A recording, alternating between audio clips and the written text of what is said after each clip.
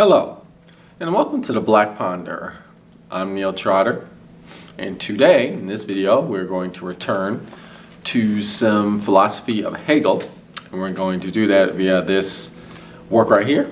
It's called The Philosophy of Right. And as you can see, this is translated by T.M. Knox. So the philosophy of right is one of Hegel's four major texts, considered part of like the major works of Hegel. And basically it's ethics, like moral philosophy of morality.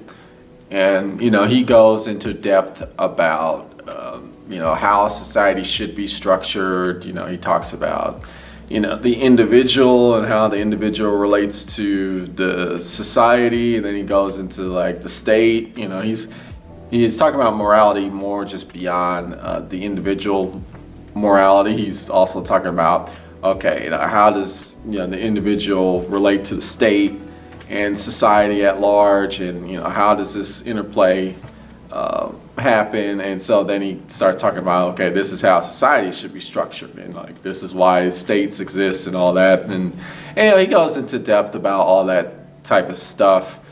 And here at the Black Ponder, we don't give summaries of philosophical texts. We don't do cliff notes. What we do here at the Black Ponder is that we highlight interesting themes.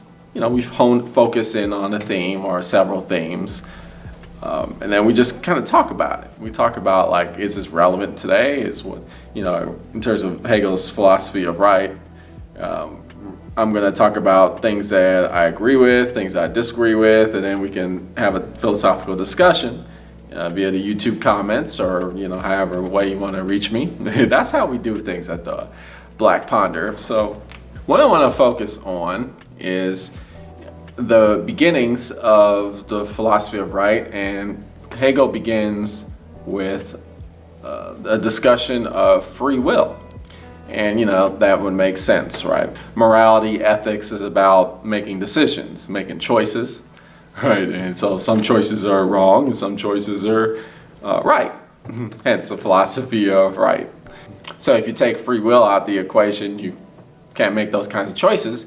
So morality is not really a thing. Ethics is not a thing. But so we're at this premise right now, this axiom, if you will, that free will exists. And Hegel begins from there, and then he describes how free will works when it comes to human nature. And that's where I want to begin the discussion with, because it's interesting how he starts from free will and then he transitions it over to morality, right? Or ethics, and then he gets all into like society and states and corporations and all that.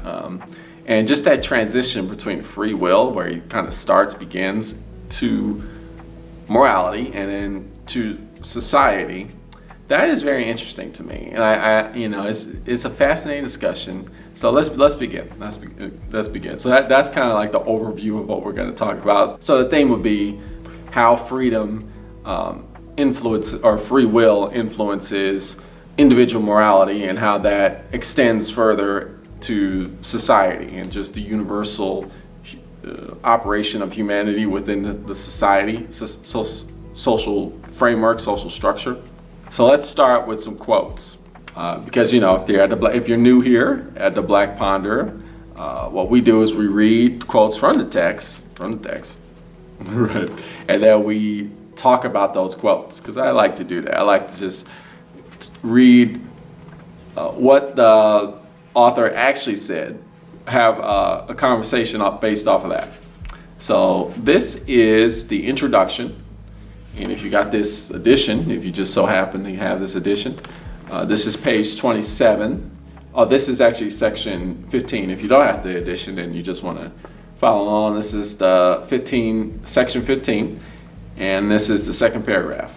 The idea which people most commonly have of freedom is that it is arbitrariness, the mean chosen by abstract reflection between the will wholly determined by natural impulses and the will free absolutely. If we hear it said that the definition of freedom is ability to do what we please Such an idea can only be taken to reveal an utter immaturity of thought, for it contains not even an inkling of the absolutely free will, of right, ethical life, and so forth. Reflection, the formal universality and unity of self-consciousness, is the will's abstract certainty of its freedom. But it is not yet the truth of freedom, because it has not yet got itself as its content and aim, and consequently the subjective side is still other than the objective. The content of this self-determination therefore also remains purely and simply finite. Instead of being the will in its truth, arbitrariness is more like the will as contradiction. So what's going on here? And I put in my notes, arbitrariness does not equal freedom, or doesn't necessarily equal freedom. It's important to think about like the argument for free will. People argue, left to right, particularly on the internet, like what is free will, and do we have free will? And really a lot of times what they want to focus on is they focus on absolute free will. Are we completely free? Can we do anything we want to do at any moment in any time? Well, obviously not, right? But that doesn't mean we don't have a kind of free will, right? There's different degrees of freedom, right? And I think so. Hegel, I feel, and I agree that sometimes when we have these debates about free will, they can be quite immature, as he uses the word immaturity here, or maybe I would even say short-sighted, where obviously we don't have absolute free will, but we do make choices, and so within that limitation of the choices that we can make. And you might even further say well, we're not actually making choices. Brain chemistry and physiology, those really determine that. Or you can even go further and say, well, it's actually quantum mechanics that determines all these things, and we have no control over any of that. But I guess I would say look, yeah, you can think of it like that, but we are in fact making choices, right? Even if it's an illusion or an illusionary kind of feeling, there's still an important that feeling, or that decision-making process is still there, right? And it might not be absolute free will, but it's a particular kind of decision-making process, is a kind of limited choice-making. We do have an awareness of it, at least a sentience, a consciousness that we're making such decisions. So within that, there is a kind of freedom there. And that's not the same thing as free will absolute. And then you can even take the idea of absolute free will and you could take it too far, right? Where it becomes kind of this arbitrary kind of free will. For example, just a thought experiment. You put a person on an infinite plane, right? Just, thought experiment. You put a person on an infinite plane and the plane goes just infinitely in all directions, and the person can just walk any direction they want, right? So they could go anywhere, and it's not just two-dimensional and it's not three-dimensional. It's whatever. It's an infinite dimensional plane. They can go any direction they want. But there's nothing there besides directionality. So, okay, well, they can go anywhere they want, but are they really making any decision? Sure, but is that decision meaningful? If they're the only ones there and they have this infinite plane with infinite dimensions and they're moving any which way they want, and they just keep moving forward or backward or left or right or whatever, but the plane itself is infinite, so you're going anywhere, but not really. Your progress is not meaningful. Which is just to say that, when we talk about meaning, right, we need to think about what's really important. Oftentimes with debates about free will, it's either you have God-like free will or you have none at all, right? But, rather it's okay, what is the meaning of freedom? What does it mean to actually be free? Being able to do anything you want, what does that mean? As opposed to, the choices I make, what consequences do they result in, right? Maybe that's more what we're talking about when we're talking about freedom. right? Consequences and results, reactions from our actions. So that's what we're more talking about here when we're talking about free will, just framing it for you. So let me continue here. I skipped down 4 lines. In opposition to the certitude of this abstract self-determination, determinism has rightly pointed to the content which, as something met with, is not contained in that certitude, and so comes to it from outside, although outside in this case means impulses, ideas, or in general, consciousness so filled in one way or another that its content is not intrinsic to its self-determining activity as such. Okay, and then I write notes in the margin. Let me share you what I wrote here. Context determines the scope of the choice, but the ability of free action exists beyond the choice. So what do we mean by this? I skipped down 3 lines. If it is arbitrariness, which is supposed to be freedom, it may indeed be called an illusion, like I was talking about, with the infinite plane and that person just traveling in all these directions, but they're not really, they're going somewhere, but where they're going is kind of meaningless, right? Although you have a degree of freedom, that freedom is not really freedom, it's an illusion. As opposed to some people will argue, well, we don't really have free will because of quantum mechanics, or the neurology and the physics and the physiology of the brain is really what determines all that. Not you're free, you're not making any real decision.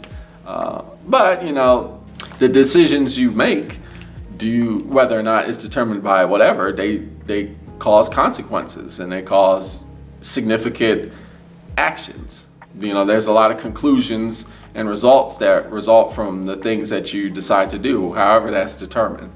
And that's not an illusion. That's not an illusion. That's real. So again, we're really defining what we mean when we say free will. Right? It's important to understand that. I skipped down a line. Freedom is nothing else but this empty self-activity. So that's like a critique that Hegel is making. Like, what I'm saying, what people debate about free will, they're debating these kind of empty self-activities of, well, we don't absolute free will, and how, when you talk about free will, you should talk about doing the ability to do anything at any moment of any time. That's real free will, but that's kind of that in and of itself is empty. What Hegel's talking about is, let's talk about what's actually the meaningful part of freedom, which is the consequences that you make from your actions. So I skipped down 2 lines. Its ability to go beyond any choice when it may substitute and so on ad infinitum never enables it to get beyond its own finitude, because the content of every such choice is something other than the form of the will, and therefore something finite, while the opposite of determinacy, namely indeterminacy, i.e. indecision or abstraction from any content, is only the other equally one-sided moment of the will. All right, let me read you some of my notes here. I said, so what then is freedom if it is not the scope of variation in choice? Right, so what are we talking about when we're talking about freedom? That's a question I asked the text. We get answers from the text. We ask the text, and then we keep reading, and it's like, oh, okay, we're gonna get an answer. That's how it works. And I also wrote, free will is like a function approaching a limit. What do I mean by that? That's just my imagination, or kind of like the way I was interpreting it. I don't mean to get too technical. When you go to school and you learn about calculus and you learn about the theory of limits, let me try and dumb this down, or put this more in like layman's terms. So like free will, or the freedom of will, there's various degrees of freedom. It's not just absolute freedom and then nothing, right? You can have various degrees of freedom where you can't do everything, but you can do some things, or maybe you could do very little relative to like what one can actually do in existence, right? And then you could describe that as a kind of function. So the function being what you can do, and if you look at like the math definition of a function, you plug in a number into a function and it outputs another number, like the range of the function. So you have a choice, right? You have a choice. You plug in that choice to your free will function, and then it outputs a kind of result, right? And a consequence, right? But then, you're limited to what you can do, right? You can't do everything, right? Which people agonize over a lot. You see the debate of the free will debate. People agonize over this. But I would say kind of like get over that and just like focus on the things you can control. And just understand your free will function. And you have a choice. And focus on the output of once you receive that choice and you make your determination and you make your choice, depending on your consequences and what you can do, which is your free will function, that results in an action or a consequence or a result, but that is limited to what you can do, the degree of freedom that you have. I say all this, again, the reason why I'm saying all this is because it's important to frame free will. Like, what are we saying when we say free will? Right? Because that's the premise, the whole foundation of what we're going to be talking about as we move further in this discussion. Okay, we're building a base. A foundation is being built. Now, we go to page 30. This is the second to last paragraph. The last paragraph of section 22 as well.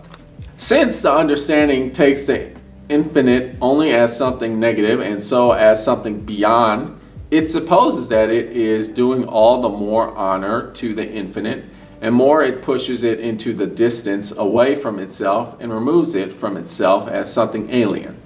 In the free will, the truly infinite becomes actual and present. The free will itself is the idea whose nature it is to be present here and now.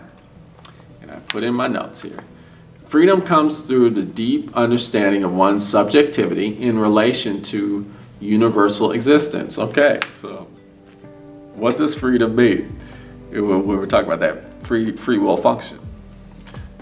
So what we have to do is we have to find the function. Right? We have to figure out what the function is and the inner workings of it, the operations that are involved in the function. And that's what freedom is like the understanding of how that function works. It's like we're doing differential equations or something. Sort of, I'm just using a metaphor. But yeah, we're trying to find the function of free will. And so we're trying to find like the operations and basically we're trying to understand the limits of our freedom, right? And like what our freedom involves, and how does it relate to other people, the individual nature of our freedom, and how the results and the consequences that we make with our freedom, how that affects others, our subjectivity in relation to everybody else. But let me continue where I left off. Only in freedom of this kind is the will by itself without qualification, because then it is related to nothing except itself, and so is released from every tie of dependence on anything else. The will is then true, or rather truth itself, because its self-determination consists in a correspondence between what it is in its existence, i.e., what it is as objective to itself and its concept. Or in other words, the pure concept of the will has the intuition of itself for its goal and its reality. All right, so that's what we're talking about, knowing the function. Right? This is important because now we're getting to what's morality.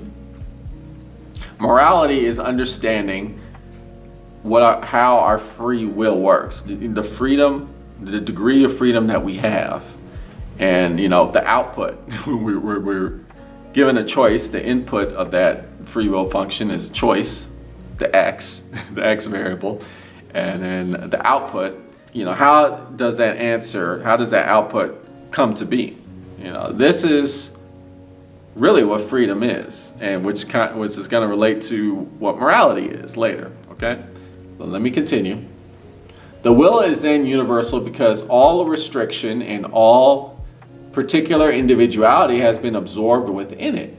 These lie only in the difference between the concept and its content or object, or to put it otherwise, in the difference between its implicit character and its subjective awareness of itself, or between its universality and its exclusive individuality, the individuality which resolves. And then I put notes here. Freedom is one's awareness of interdependence, which has limitless scope. Okay, so there's the thing. What Hegel's talking about, because Hegel's all about subjectivity versus objectivity, right? Or more like individual versus universal, right? You know, we talk extensively about this in my other videos of Hegel, and he's doing the same thing here. He's saying individually you have limits to your freedom. It's only when absolute freedom, like limitless freedom, comes when it's collective, right? When you realize how your freedom, your limited freedom, relates to the freedoms of everybody else. And you know, when you make collective decisions freely, right? That's when we start talking about absolute freedom, or like, you know, that's when the degree of freedom starts to grow. The limits increase. So this is page 33. It is the second paragraph, and it is section 29. We're still in the introduction. An existent of any sort embodying the free will, this is what right is. Right, therefore, is by definition freedom of idea. The crucial point in both the Kantian and the generally accepted definition of right is the restriction which makes it possible for my freedom or self-will to coexist with the self-will of each and all according to a universal law.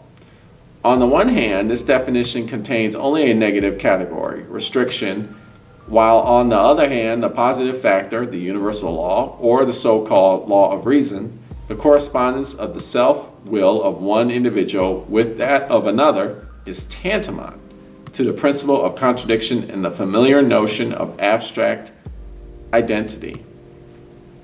Okay. So let me give you some clarification through the notes in my margins here. Let's see. For will to be meaningful, it must interrelate with others. That's what we talk about. When we talk about how does free will gain more freedom, more degrees of freedom through the interrelation of others in such a in such a way that enables truth in identity for all. Right? Or we're talking about truth in identity. That's subjectivity, which Hegel is all about the subject. And then I wrote, freedom to discover who one truly is through enabling interrelation. Right. So that's just how your individual freedom relates to the universal freedom, right? The freedom of all people, right? Because like the freedom of all people unlocks or like increases your degrees of your individual freedom. And then by you using your individual freedom to help others make decisions freely, you then become more free. It's a cycle. Hegel is about that kind of dialectical contradiction. He's about a huge word thrown in Hegel's philosophy is dialectics, or the dialectic, which is kind of like this back and forth interaction between people and things, where it's this constant process. And he's talking about that here with freedom. And that is what the right, ethics, morality is. So let's dive deeper into this. What is the right? How do we actualize this freedom? How do we express this dialectic of ethics, of morality, of free will? Well, let's go to page 36. And this is the second paragraph. This is section 33. And this is subsection C. Okay.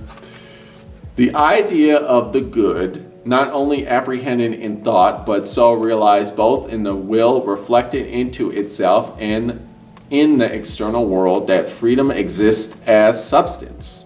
As substance, okay. As actuality and necessity, no less than as subjective will, This is the idea in its absolutely universal existence. Ooh. And so I put, the good is freedom actualized for all, universal freedom. And we just said that, right? So using your individual freedom to free others, your subjectivity to unlock the subjectivity of others contributes to the whole universal freedom. And that's what the good is, right? The right, the ethical, the moral. Okay, and then I skip to subsection C. So it's C, capital C, and then lowercase c. I skipped the lowercase c here. The state as freedom, so state italicized. So we're talking about state as state power, right? Freedom universal and objective, even in the free self-subsistence of the particular will. This actual and organic mind, A, of a single nation, B, reveals and actualizes itself through the interrelation of the particular and national minds until C, in the process of world history, it reveals and actualizes itself as a universal world mind whose right is supreme. So, what is Hegel saying here? Supposedly, the state is meant to enable universal freedom. Right? That's the job of, that's theoretically, that's what Hegel is like, well, that's what the state is supposed to do. It's supposed to enable this process to occur. The state should enable individuals to self-actualize, right? To discover themselves and be free and make free choices so that they can then unlock others to help them self-actualize, right? And then together we self-actualize each other and we become more free, right? And the state is supposed to be this tool that we use to do this. But is that actually happening? No. So let's talk about why. Why, the specifics. I mean, it's not a mystery, right? Why the state power fails society often. But let's talk about what Hegel is saying, and maybe we can learn a little bit more, right? So I will go here. This is page 37. We're out of the introduction. This is section 36, and this is the second sentence. Hence, the imperative of right is be a person and respect others as persons. Right. Hey, that's cool. Be a person, be a subject, and respect others as persons. So, universal. So that's subjective, objective. Individual, universal. I'm going to start on section 40. Right is in the first place the immediate embodiment which freedom gives itself in an immediate way, i.e., A, possession, which is property ownership.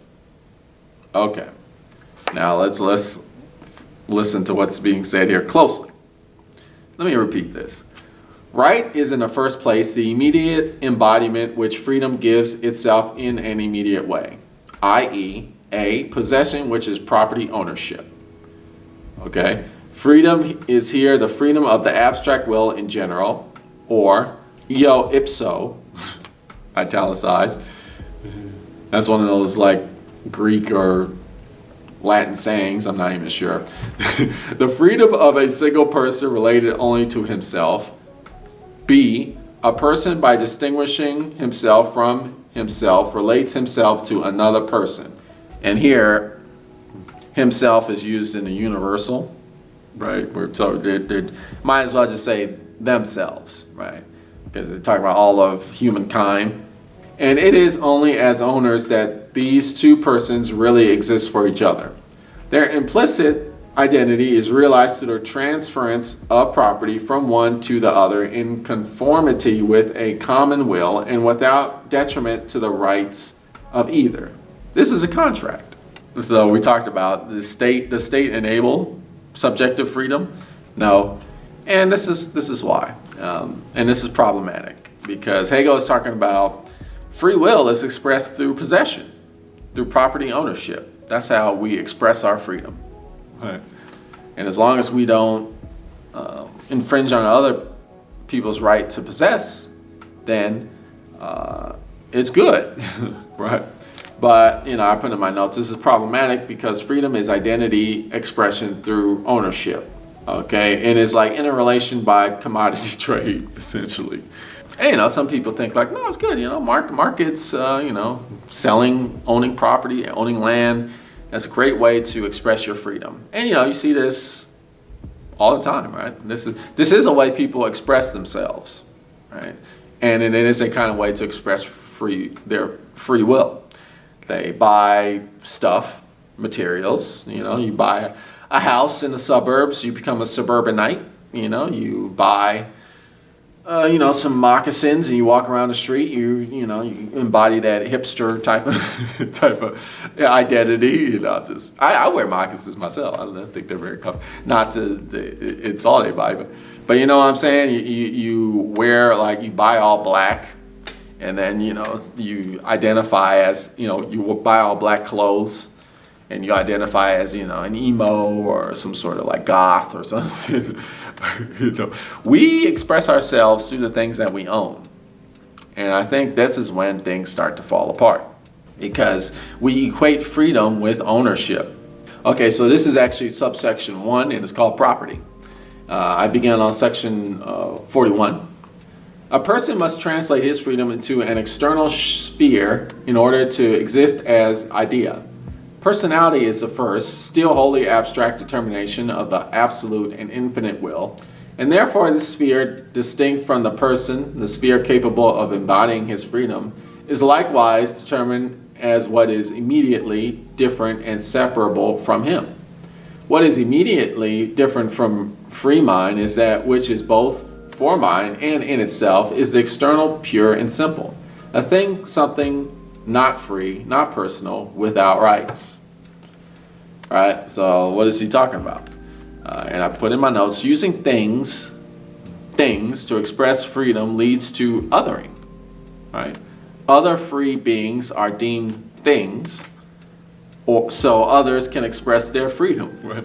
And in this way, what I'm saying is like, the problem is it doesn't just stop at materials, like, or like objects, right? Like material objects like clothes, cars, houses. It doesn't just stop there, right? We start making things people, where we commodify people, right? And I'm not just talking about slavery, although, that's a thing too.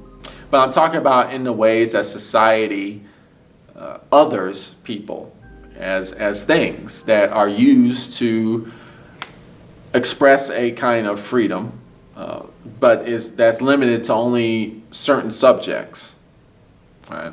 And so certain subjects are able to express their freedom, but that freedom does not extend universally. And so there's the dialectical cycle is blocked. All right, and this is the big problem. It's already problematic that we use objects to express our free will. Not that there's necessarily anything wrong with like having objects. Material possession in and of itself isn't wrong, but using that to express one's free will, can become an issue, right? When that's the sole thing, right? The sole thing that is used to express one's free will. So already there's a problem there. But then, that leads to, we start to objectify others to express our free will. Let's continue this discussion. This is page 41. This is the third paragraph, or if you don't have this edition, this is section 43, and this is the fifth paragraph. In the sphere of abstract right, we are concerned only with the person as person, and therefore with the particular, which is indispensable if the person's freedom is to have scope and reality. Only insofar as it is something separable from the person and immediately different from him, no matter whether this separability constitutes the essential nature of the particular, or whether the particular receives it only through the mediation of the subjective will. Hence, in this sphere we are concerned with mental aptitudes, erudition, etc., only insofar as they are possessions in a legal sense. We have not to treat here the possession of our body and mind, which we can achieve through education, study, habit, etc., and which exists as an inward property of mind. But it is not until we come to deal with alienation that we need to begin to speak of the transition of such mental property into the external world, where it falls under the category of property in the legal sense. Okay, and then I put in my notes, the reason why we other is because of our misguided effort for freedom. So what's being said here is the description of how free will is expressed, and it's expressed through a kind of possession. And then Hegel saying like, okay, because we express free will through possession, we need to like have some sort of formal way of controlling this, right? Making it legal, doing contracts, and ultimately creating this power called the state.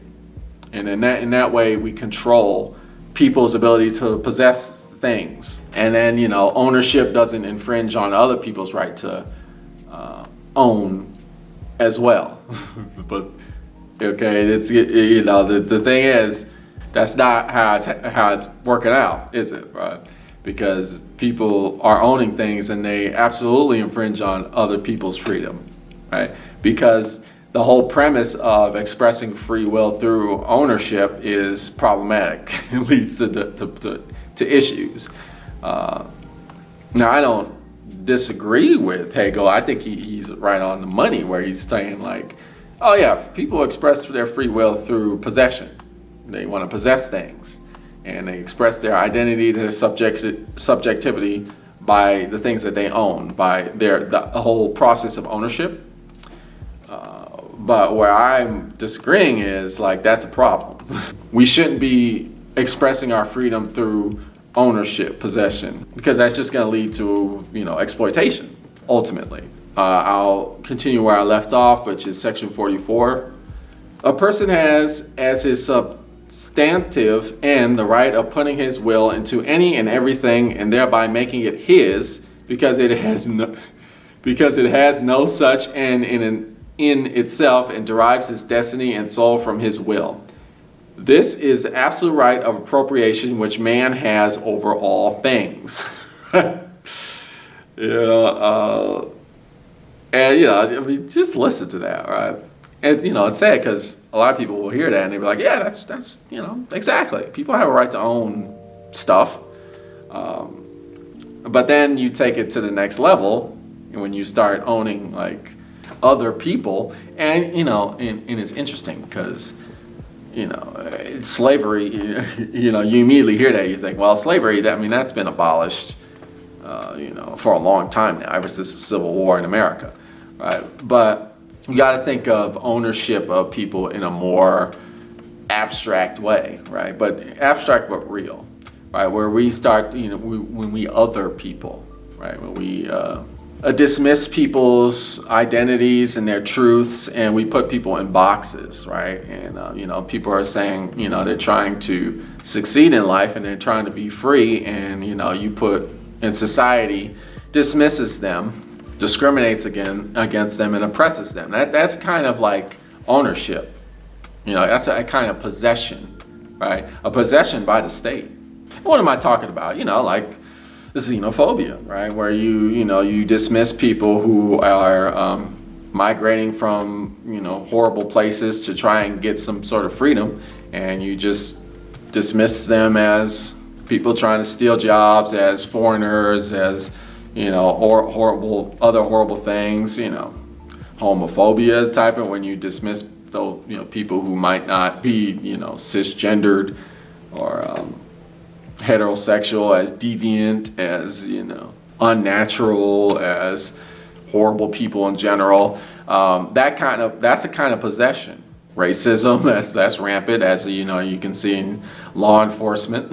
That's a kind of possession, right? That's a kind of ownership of an identity, as an ownership of a subject, and it's it's a denial of universal freedom. Now, it's interesting because freedom is getting expressed, a particular subjective freedom, one subjective kind of freedom, right? That patriarchal, cisgendered, upper middle class or high class, socioeconomic high class, white, male freedom, right? That freedom is getting expressed, right, through this kind of possession, but it's at the expense of the freedom of others. So then what happens is the dialectic ceases. Hegel's dialectic of free will and morality, it stops, right? And so the ability for humanity to be free overall ceases because a certain subjective freedom is being upheld, but the universal free will is not. And so human progress is halted. So I definitely agree with like Hegel's framework, right? It's just like, I don't think Hegel fully grasped the problematic nature of possession in terms of like an expression of free will. But let's continue, shall we? This is page 42, second paragraph, and then this is section 45. To have power over a thing ab extra constitutes possession. The particular aspect of the matter, the fact that I make something my own as a result of my natural need, impulse, and caprice, is the particular interest satisfied by possession. But I, as free will, am an object to myself in what I possess, and thereby, also for the first time, in an actual will.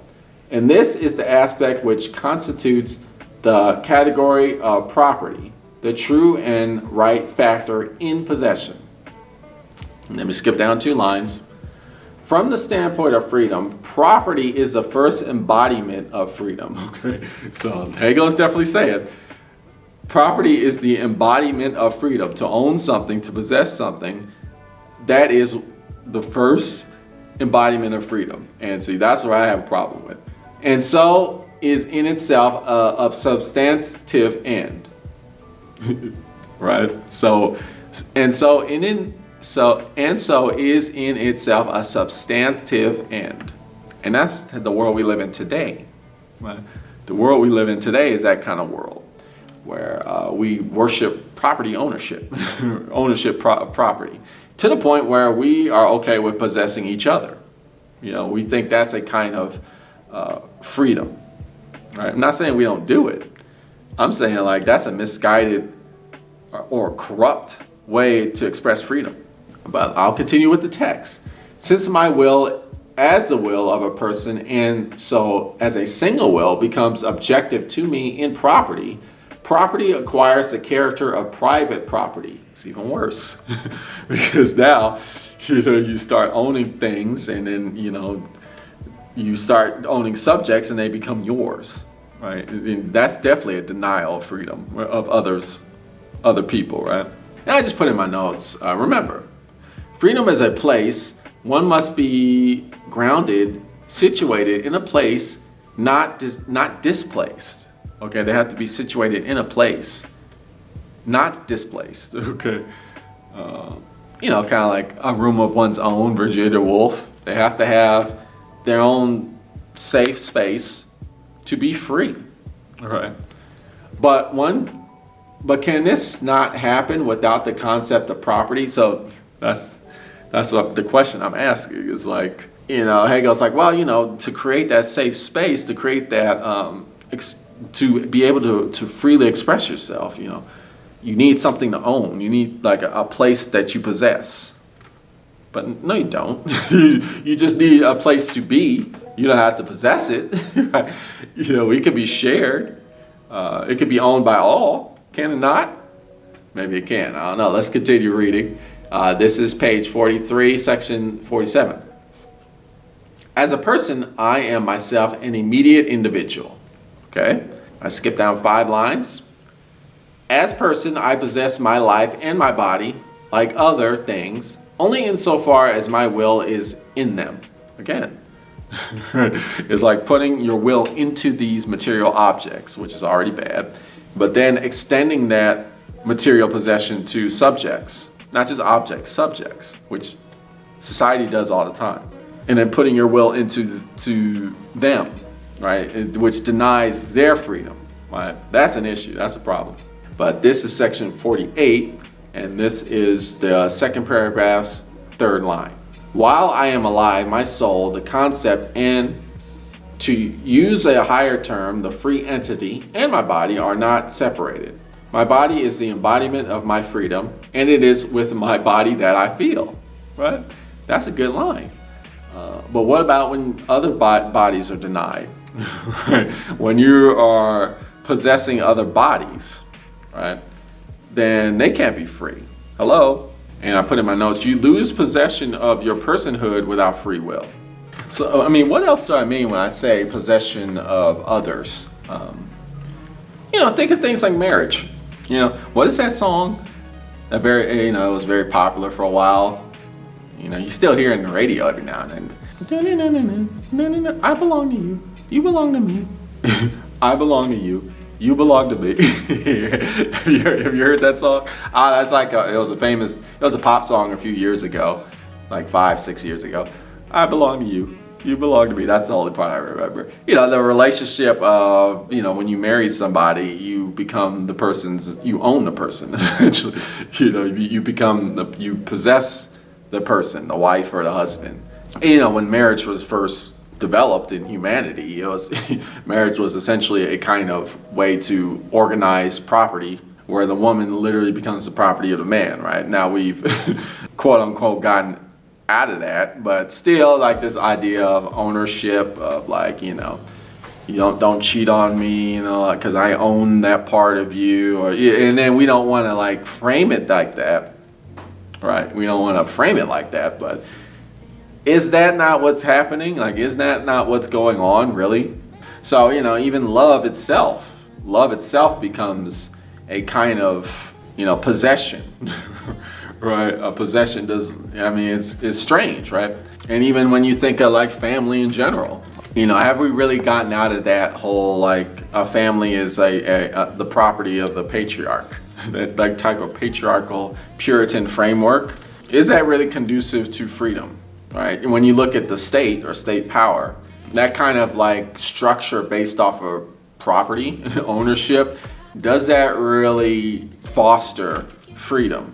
Or does it only foster a kind of freedom, a kind of function? We go back to the free will function. It's only one particular function, right? This patriarchal, cisgendered, white, upper class, middle class, socioeconomic, we're talking about in terms of class, male function of freedom. That is the function that we use to gain freedom, but there's a limit to that function, and to break away from those limits, we have to include the other free will functions from other people.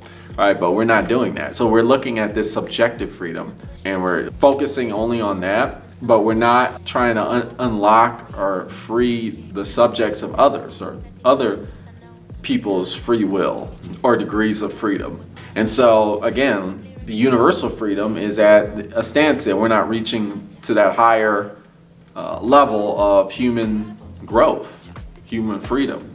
Let me read you some quotes here that express what I'm talking about even more, right?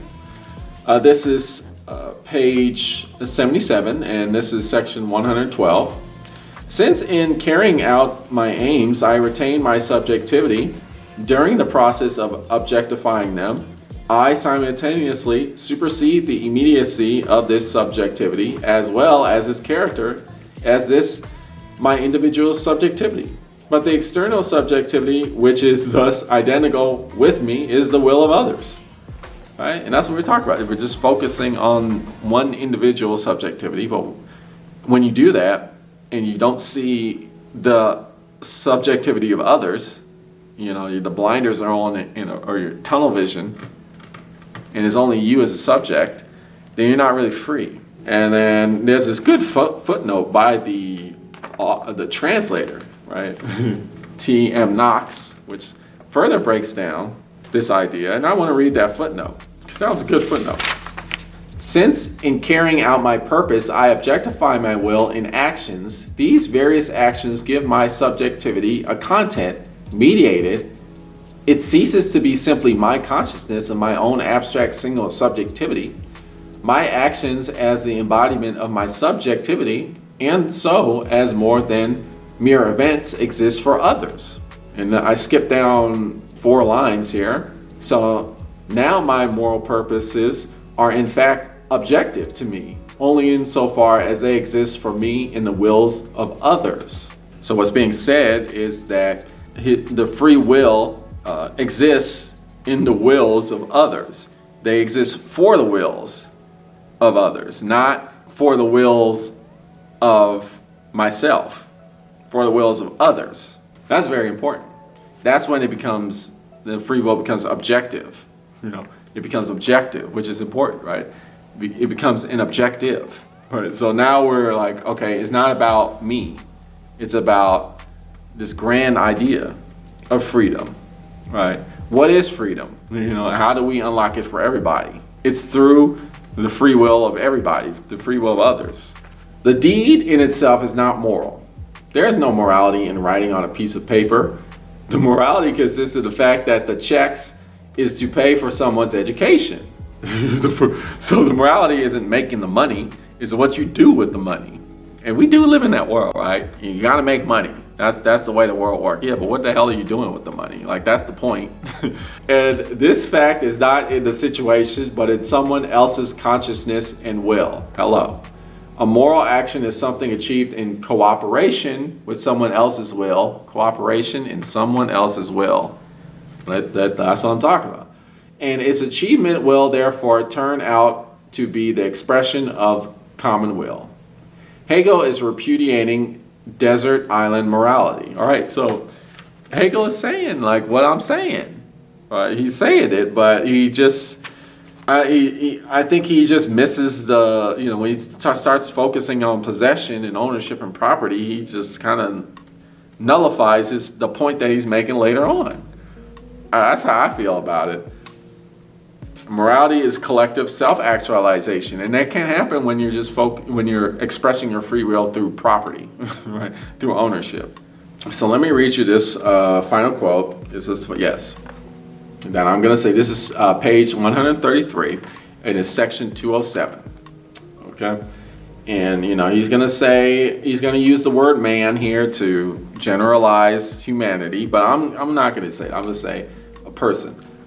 A person actualizes themselves only in becoming something definite, i.e. something specifically particularized. This means restricting themselves exclusively to one of the particular spheres of need.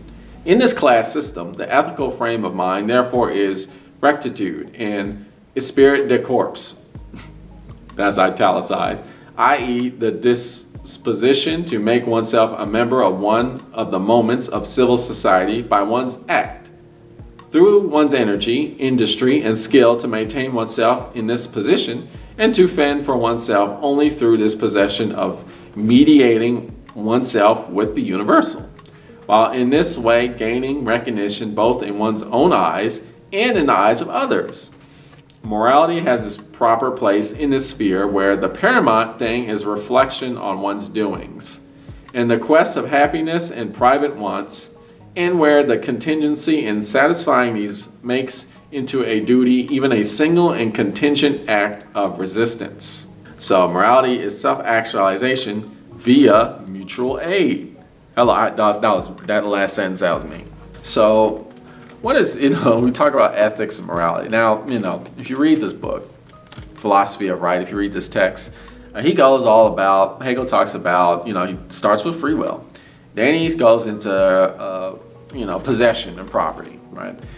And then he talks, about how property is a way to express free will. And so therefore we have these things called the corporation and the state, right? And then he talks about why the state and the corporation is important. And this is how one makes a moral society. And it's very theoretical, right? It's very theoretical. And as somebody who just had the blinders on because he was, of a certain class, of a certain type of, socioeconomic class, He kind of had Hegel, even he had the blinders on. However, he is correct in that this is basically how society operates today, right? We think like things.